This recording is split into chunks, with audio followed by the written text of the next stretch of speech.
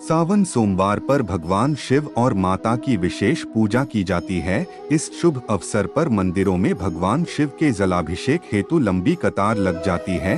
बड़ी संख्या में श्रद्धालु बाबा के दर पर पूजा अर्चना और दर्शन के लिए आते हैं। सावन सोमवार पर शिव मंदिरों को भव्य तरीके से सजाया जाता है, कीर्तन भजन का आयोजन किया जाता है। सावन का महीना शिव भक्तों के लिए किसी उत्सव से कम नहीं होता है। इस महीने में प्रत्येक दिन देवों के देव महादेव और माता पार्वती की पूजा अर्चना की जाती है। वहीं सावन सोमवार पर भोलेनाथ और जगत जननी आदिशक्ति की विशेष पूजा की जाती है।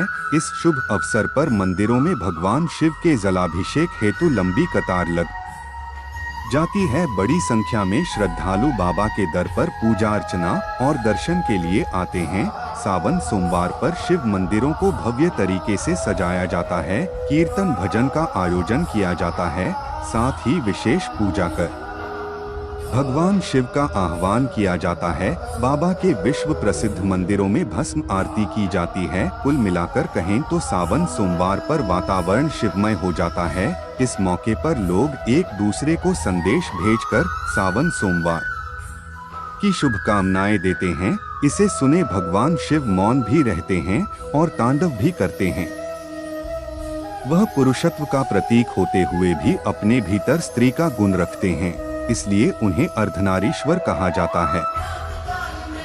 शिव में ज्ञान और शिक्षाओं का ऐसा भंडार है जो लक्ष्य को पाने और कठिन परिस्थितियों से निपटने में आपके लिए मददगार साबित होगा। हम जो भी सोचते हैं वही रूप पाते हैं, यानी कि हमें जिंदगी में जो भी मिल रहा है वो सब हमारी कल्पनाओं का ही फल है। अगर आप जीतने की चाह रखते हैं तो आप जीत अवश्य पाते हैं।